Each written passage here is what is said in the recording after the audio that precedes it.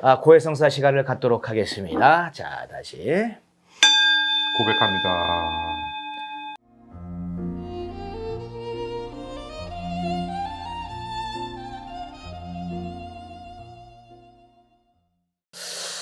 (5월은) 푸르구나.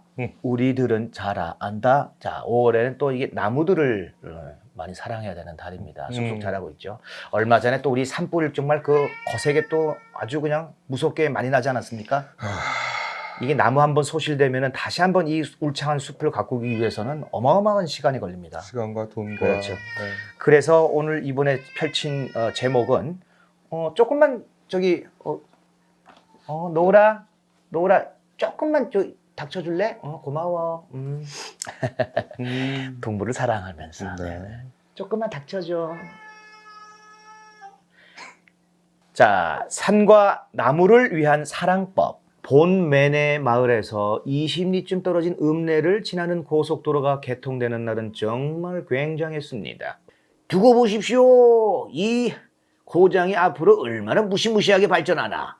도시 사람들이 쏟아져서 들어올 겁니다요. 그해 가을, 예년에 없던 일이 일어났습니다. 50명도 넘는 도시 사람들이 본메네 마을을 둘러싼 산 중에서 제일 높은 선녀봉에 등산 온 거예요. 처음으로 가을에 선녀봉에 올라가 본 도시 사람들은 놀라움은 대단했습니다. 50명의 도시 사람 중엔 허풍을 잘 떠는 문필가도 있었나 봅니다. 도시의 신문과 잡지에 선녀봉 단풍이 얼마나 아름다운가 대대적으로 소개되었습니다. 특히 선녀폭포가 떨어져 생긴 선녀담, 깊고 맑은 물에 어린 선녀봉의 단풍은 그것을 보았으므로 내일 죽어도 한이 없을 만큼 절경이라는 극단적인 찬사를 서슴지 않았습니다. 그때부터 선녀봉에는 등산객이 그치지 않게 되었습니다. 이듬해 봄에는 도청 소재지에 있는 고등학교에서 수학여행을 오기도 했습니다. 등산객뿐만 아니라 낚시꾼까지 모여들었습니다. 한번 다녀간 낚시꾼들이 오래전에 멸종할 줄 알았던 희귀한 어족을 선녀담에서 발견했다고 또 선전하자 낚시꾼뿐 아니라 어류학자들까지 몰려들었습니다. 문필가가 다시 다녀갔습니다. 그는 다시 도시의 신문과 잡지에 그가 본 곳을 써서 발표했습니다. 그는 철쭉꽃잎이 어지럽게 낙화한 선녀담을 꿈꾸며 다시 그곳을 찾았건만 그가 선녀담에서 본 것은 함부로 떠다니는 깡통과 라면 봉지와 은박진 나부랭이였다고 개탄을 했습니다. 그의 찬사가 옳았다면 개탄도 옳았을 것입니다. 선녀봉에는 2차례나 산불이 났습니다. 그 의젓하고 아름답던 선녀봉이 기계충 먹은 대가리처럼 보기 싫게 되었습니다. 선녀봉의 자연과 선녀담의 물고기를 보호하자는 운동이 그곳과 가까운 크고 작은 도시에서 일어나기 시작했습니다. 이제 좀 사람들의 발길이 뜸해지려나 보다고 마을 사람들은 생각했죠. 그러나 농사만 짓던 사람이건 농사를 잠시 놓았던 사람이건 산이나 물을 보호하는 방법에 대해서는 같은 의견을 가지고 있었지요. 그들은 산이나 물이 사람을 보호해주면 주었지 사람이 감히 산이나 물을 보호할 수 있다고 생각하지 않았습니다. 방법이 없는 것이 바로 방법이었습니다. 즉 산이나 물을 그대로 놓아두는 것이 제일이라고 생각했습니다. 그러나 마을 사람들의 예상은 크게 빗나갔죠. 고속도로가 지나는 읍내로부터 마을까지의 길이 크게 넓혀지면서 트럭은 철근과 시멘트를 실어 날랐습니다. 선녀담 근처에 산장을 짓는다고 합니다. 그리고는 대문짝만한 아크릴 팻말도 수없이 실어 날랐습니다. 산을 사랑하자, 나무를 사랑하자. 아크릴 팻말에 글씨를 붙여 읽으면 그런 말이 되었습니다. 도대체 누구더러 사랑하자는 말인지 모르겠습니다. 우락부락한 남자들이 여기저기에다가 그 큰 팻말을 세우기 위해 숲을 짓밟고 팻말을 가리는 나무 가장귀나 나무를 베어버리기도 했습니다.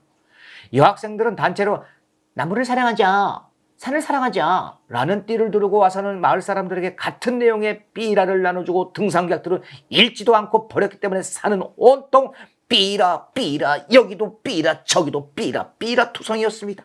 다음 날은 남학생들이 단체로 와서 삐라를 줍고 유리병이나 비닐봉지도 줍고 주운 것을 모아 함께 태우다 또 산불을 일으켰습니다. 선녀봉에 기계충 하나가 또 생겼습니다. 도시 사람들의 산과 나무 사랑하기 운동은 점점 더 극성스러워졌습니다. 페인트 깡통까지 들고 와 나무와 바위에다가 산을 사랑하자, 나무를 사랑하자 라고 써놓고 가는 단체도 있었습니다. 남이 어질러 놓은 것을 온종일 치우고 대신 그만큼 어질러 놓고 가는 단체도 있었습니다. 나무를 사랑하자, 산을 사랑하자 라고 쓴 작은 깡통을 등산로 가에 있는 나무마다 매달아 놓고 가는 학생들도 있었습니다. 깡통을 등산객의 잿더리로 쓰면 산불을 막는 데 도움이 될 거라며 학생들은 사뭇 으스댔습니다. 어떤 사회단체는 쇠붙이로 된 가마솥만 한 잿더리를 한 트럭이나 선녀봉을 위해 기증해 왔습니다. 선녀봉은 기계충 먹은 대가리가 된 대가로 갑자기 잿더리 부자가 됐죠. 자, 이번엔 가을 수학여행철이 되었습니다. 우리나라에서도 가장 학생 수가 많은 고등학교 학생들이 선녀봉으로 수학여행을 왔습니다. 학생들은 여행을 단순한 관광이 아닌 그 이상의 목적이 있는 여행으로 하기 위해 이곳을 택했다고 합니다. 학생들은 한 사람 앞에 100개도 넘는 빨간 비닐 조각을 갖고 있었습니다. 그 조각에는 산을 사랑하자, 나무를 사랑하자 라고 써 있었습니다.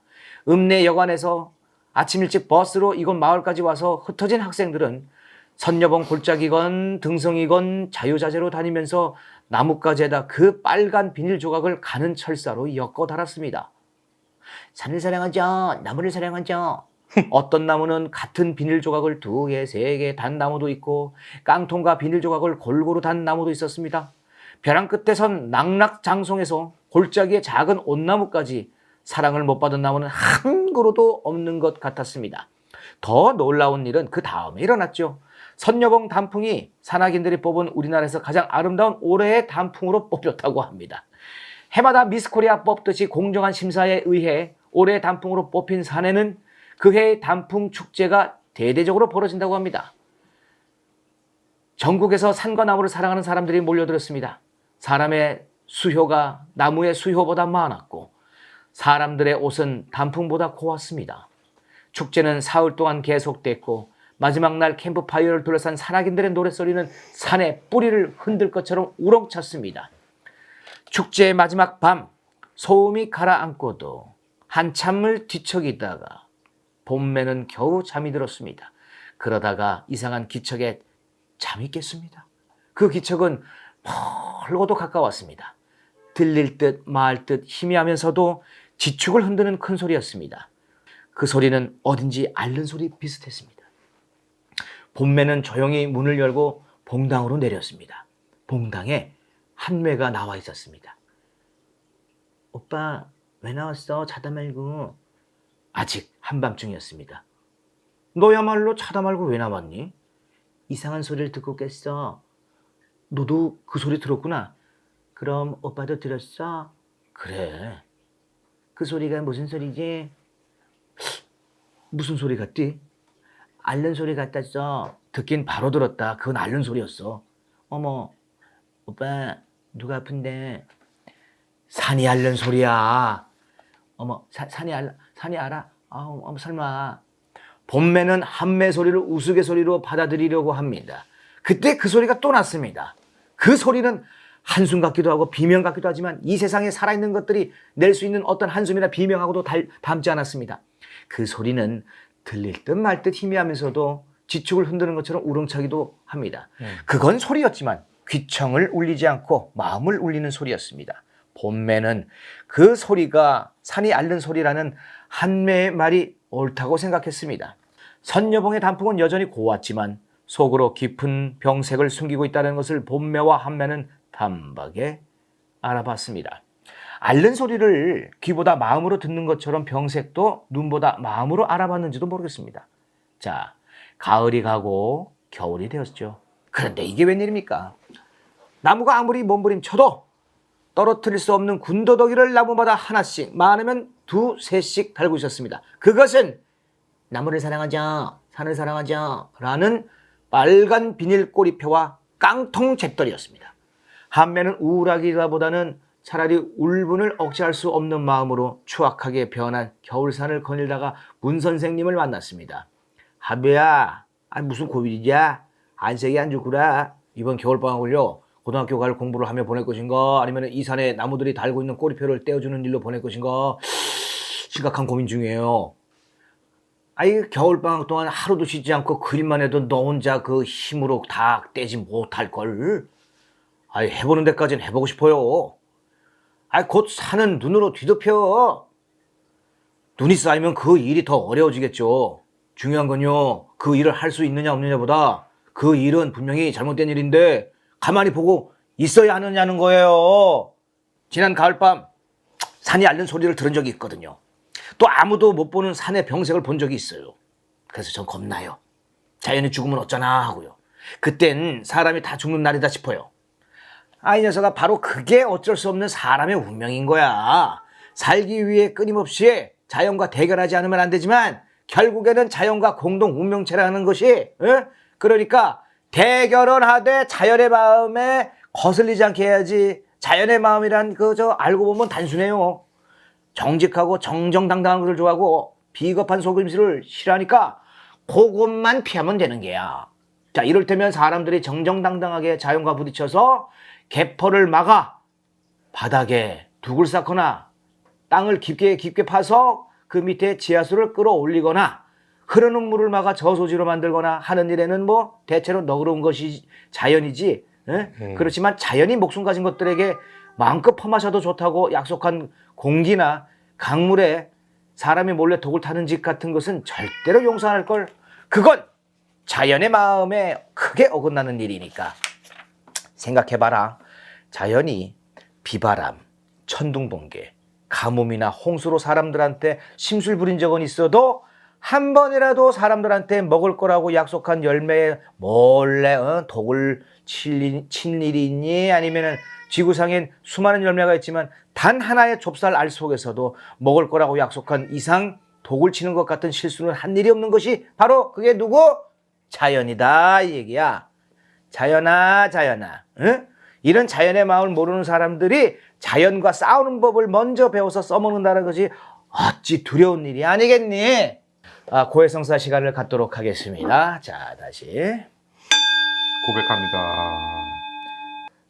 뭐 산에 가면 뭐 주변 이렇게 보면서 과자 봉지, 그러니까 뭐 소풍 우리 많이 갔잖아요. 능 이런데 그렇죠. 가면은 이렇게 콕 찔러 놓고 그렇죠. 이랬던 적 분명히 있었습니다. 있었습니다. 네. 버리는 정말. 사람 따로 있고 주는 사람 따로 있고 그리고 뭐 이번에 지금 산불도 다 강풍으로 빨리 옮겨 붙어서 더 크게 화재가 났지만 그래도 이 작은 불씨를 살펴보지 않은 우리 인간의 책임도 큽니다. 이 산과 자연, 진짜 이 얘기는 우리가 자연을 사랑하자, 산을 사랑하자, 자연을 사랑하자, 산을 사랑하자. 자연이 보기에는 웃습니다. 웃습니다. 자연이 우리를 보호해주고 아껴주고 그러는 거지. 어디 우리가 자연을 어떻게 무슨 수로 우리가 자연을 보호하고 작은 거부터 하십시오. 예전에 엄원길 대장이 이동우 씨처럼 껌 씻고 그냥 바닥에 버리지 마세요. 지금의 나는 안 그렇습니다. 그렇죠, 절대 그렇지 않고 안 됩니다.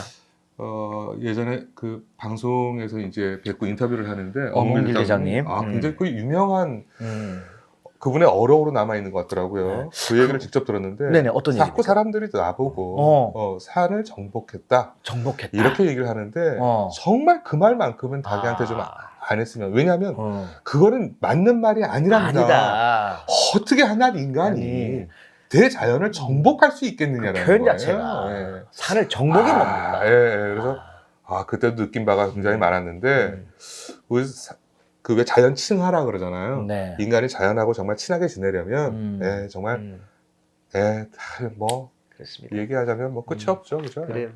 자, 여러분들도 자연을 사랑하는 마음으로 정화 시간을 가지면서 마치도록 하겠습니다. 그렇죠. 예. 마음부터 깨끗하게 정리하고.